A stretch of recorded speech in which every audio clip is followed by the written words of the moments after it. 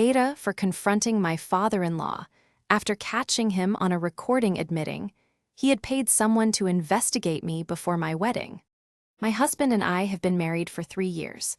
Last month, I borrowed his father's car and found a voice recorder in the center console. It had been left on. The last recording was a phone conversation between him and my father-in-law's brother. He was describing the investigation he had commissioned, what it had found, and what he had decided to do with the information.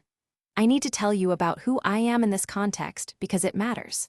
I come from a working-class family. My husband's family is wealthy in a way that was, when we first met, quietly disorienting. They have a house in the countryside. They take multiple holidays a year. They have opinions about things I had not previously thought of as subjects for opinions: wine, universities, certain neighborhoods. My husband has never made me feel the difference. His parents are another matter. His father in particular has always been polite to my face with a quality of politeness that contains its own message. I borrowed his father's car 3 weeks ago because mine was in for repairs and my husband had arranged it. I was using it for a long drive, and about an hour in I heard a noise from the center console, a click, as though something had come on. I opened it and found a small voice recorder. The light indicated it was running. I picked it up and realized it was not newly recording. It had been recording all along, and I had jogged it when I opened the console. I pressed rewind and played the most recent material. It was a phone conversation. My father-in-law's voice and another man's voice I recognized from family gatherings as his brother. The conversation was dated, based on a timestamp, from 3 weeks before my wedding, 3 years ago. My father-in-law was describing a report from what he called the people I used. He was describing what they had found about my family background, my financial history, my previous relationships. He said they hadn't found anything that gave him specific grounds to act, but that he remained concerned about what he called the fit of the match. I drove home.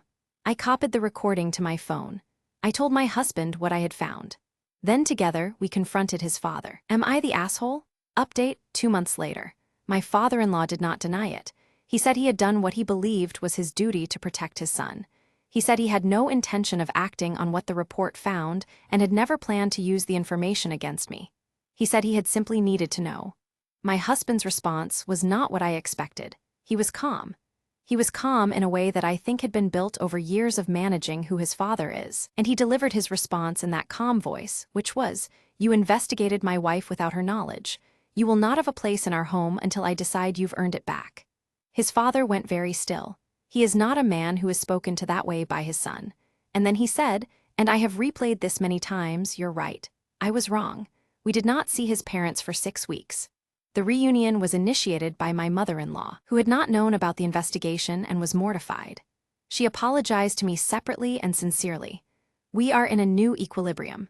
It is not the relationship I would have chosen.